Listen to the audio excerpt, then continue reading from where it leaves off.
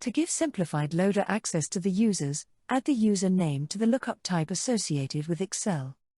Navigate to Oracle Fusion. Go to the Setup and Maintenance page. From Setup and Maintenance page, search for the task Manage Common Lookups. Search the associated lookup type. Click plus icon to add a new lookup code record.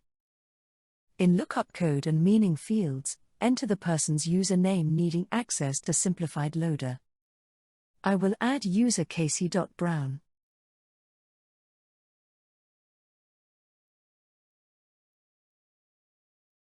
Save the lookup code record.